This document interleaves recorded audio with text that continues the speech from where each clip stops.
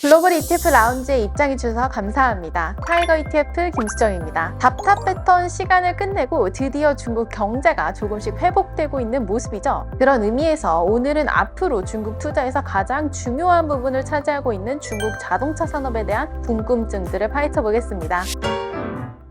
글로벌 ETF 라운지. 먼저 중국 시장의 현 상황부터 알고 싶은데요.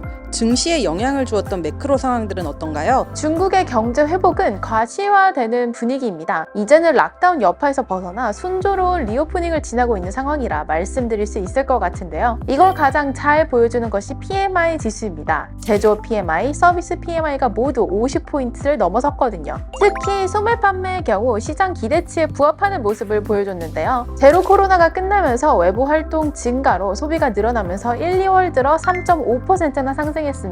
산업 생산은 시장 기대치에 미치지 못했습니다. 하지만 전자기계 부문에서 두드러진 상승을 기록했다는 점, 건설 수요와 함께 철강 수요가 개선됐다는 점에서 긍정적으로 보고 있습니다. 물론 부동산 시장에 대한 우려는 여전히 남아있긴 한데요. 이 또한 정부의 노력과 함께 나아질 것으로 기대됩니다. 이런 여러 지표들을 종합해볼 때 중국의 소비와 생산 모두 정상화되는 중이라 판단할 수 있습니다. 중국 전기차 시장의 경우는 어떤가요? 일단 판매 부분부터 살펴볼게요. 작년 말 전기차 보조금이 폐지되면서 판매율이 떨어질 거란 우려가 있었는데요. 오히려 2월 기준 판매량은 전년보다 61%나 증가했습니다. 중국 전기차 1위 업체인 비아드의 경우에는 판매량이 2배 이상이나 늘어났고요. 중국 정부는 앞으로도 총 자동차 수요가 감소하지 않도록 다양한 정책들을 내놓을 것으로 보이는데요. 자동차 판매는 중국 전체 민간 소비 중 10%가 넘을 정도로 큰 부분을 차지하고 있기 때문이에요. 또 전기차는 중국 정부가 밀고 있는 녹색 발전에도 중추적인 산업이기도 하고요.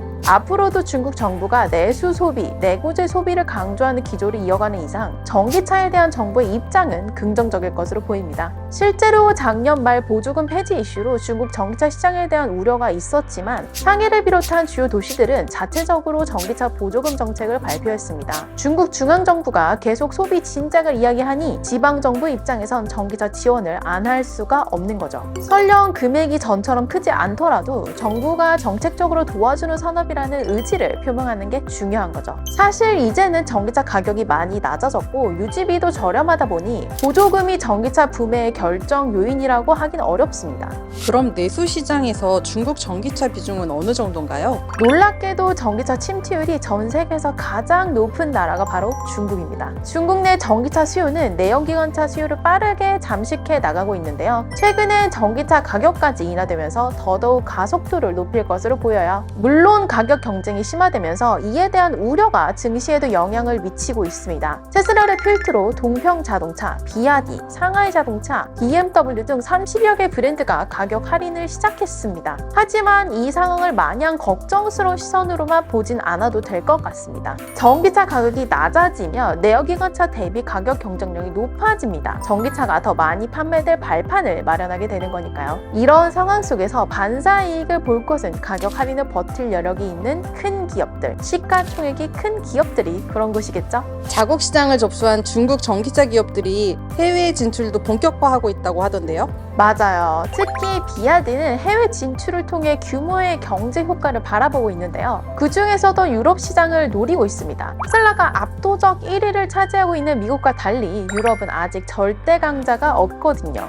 많이들 알고 계시다시피 유럽은 매년 탄소 배출 규제를 강화하고 있죠. 이에 따라 향후 5년 사이 전기차 시장은 270만 대에서 500에서 600만 대, 많게는 10년 내 1200만 대에서 1400만 대까지 성장할 것으로 예상되는데요. 그렇다면 중국 입장에선 유럽의 전기차 시장에서 작은 파이라도 가져가야 하겠죠. 현재 유럽 내 중국 전기차 판매는 볼보를 인수한 길리의 판매를 제외하면 4에서 5%밖에 되지 않습니다. 친환경이라는 점, 저렴한 가격을 앞세운다면 유럽 시장에서도 충분히 어필이 되지 않을까 싶습니다. 근데 최근 글로벌 시장에서 진행되고 있는 탈중국 현상을 생각하면 유럽 진출에 어려움이 있지 않을까요? 유럽도 서방 국가니까 미국의 눈치를 보느라 중국 기업에 제재를 할 수밖에 없지 않을까 당연히 그렇게 생각하실 수 있을 것 같은데요. 결론부터 말하자면 그럴 가능성이 높진 않아 보입니다. 그러기에 국가 대 국가로 너무 염치가 없는 상황이거든요. 잘 아시다시피 유럽연합의 대장은 독일입니다. 근데 독일 자동차 업체들의 경우 중국 시장에서 오랫동안 자사 이익의 30에서 많게는 50%까지 창출을 해왔거든요. 미국만큼 중국을 제재할 명분이 부족합니다. 중국 전기차 기업들이 유럽 시장까지 진출하고 있다는 점 자체에 주목할 필요가 있겠습니다. 마지막으로 투자자분들에게 하고 싶은 얘기가 있다면요?